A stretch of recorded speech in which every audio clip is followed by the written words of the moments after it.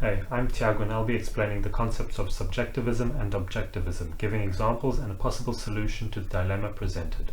At root, subjectivism and objectivism are theories of universals. On one hand, subjectivists believe that truth only exists in the mind.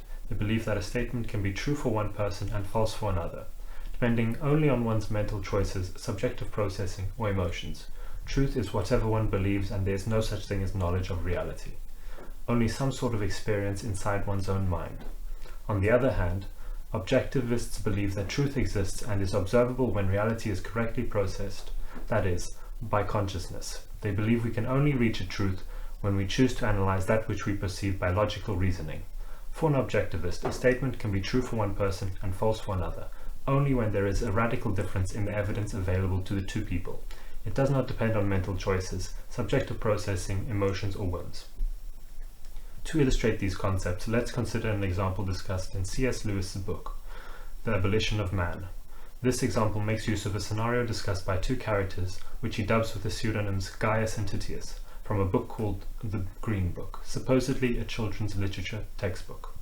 In this particular scenario, they use a discussion of why a particular waterfall in Scotland was better described as sublime rather than as pretty, as a case where language is being used in a purely emotive way. To quote the book, "When the man said, 'That is sublime,' he appeared to be making a remark about the waterfall. Actually, he was not making a remark about the waterfall, but a remark about his own feelings. What he was saying was really, I have feelings associated in my mind with the word sublime, or shortly, I have sublime feelings." End quote. This view is known as emotivism, a branch of subjectivism, which preaches that all statements of real value are actually subjective and trivial. Taking an objectivist standpoint, C.S. Lewis sees various problems with this approach.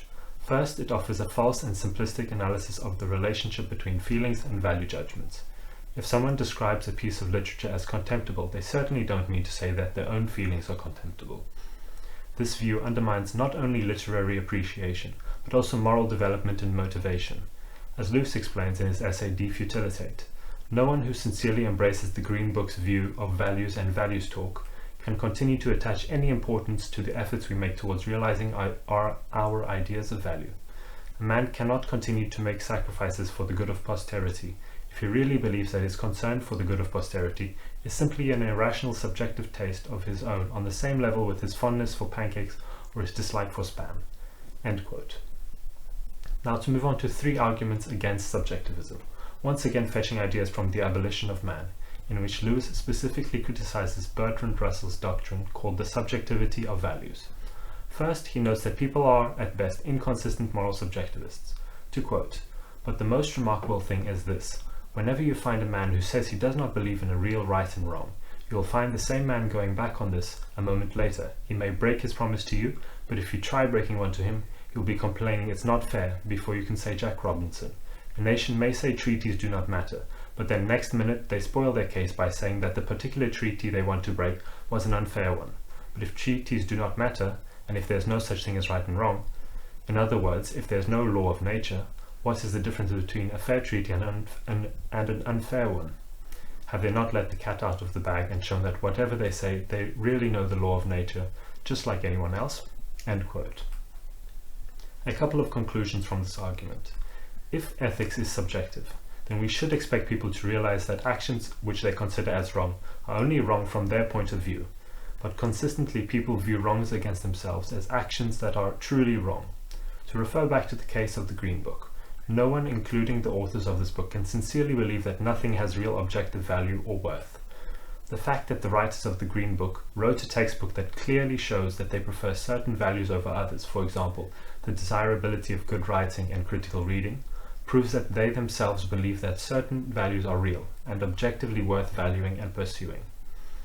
Secondly, there is an underlying moral consensus between moral codes. If morality were a subjective matter, we would expect to find large differences in fundamental principles amongst moral codes. But there is generally agreement concerning fundamental principles. Therefore, there is an underlying objective morality. Yes, there are differences in moral codes. However, many differences in moral codes can be explained in terms of differences based upon known facts. For example, people don't burn witches nowadays not because using evil supernatural powers would be a serious enough offense against humanity to deserve severe punishment, but because we no longer believe people have such powers. Also, consider the Nuremberg Trials, in which various Nazi war criminals were tried for war crimes and crimes against humanity, namely the Holocaust.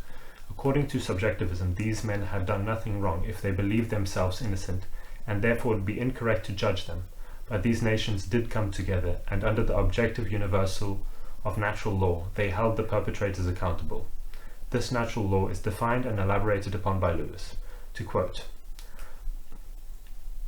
"The Tao, which others may call natural law or traditional morality, or the first principles of practical reason, or the first platitudes, is not one among a series of possible systems of value. It is the sole source of all value judgments. If it is rejected, all value is rejected. If any value retained, it is retained. The effort to refute it and raise a new system of value in its place is self-contradictory. There has never been and never will be a radically new judgment of value in the history of the world. What purport to be new systems or ideologies all consist of fragments from the Tao itself, arbitrarily wrenched from their context in the whole and then swollen to madness in their isolation, but still owing to the Tao and to it alone such validity as they possess." End quote.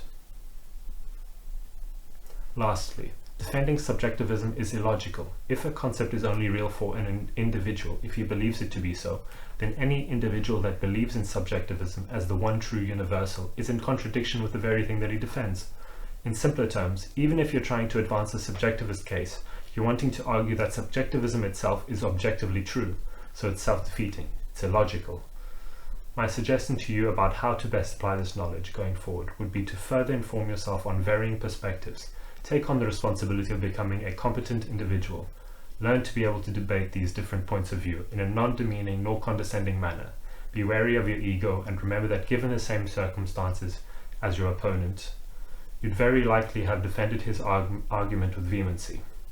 If you have further thirst for knowledge, you can check out the description for links to more informative material, and I hope you enjoyed this brief talk.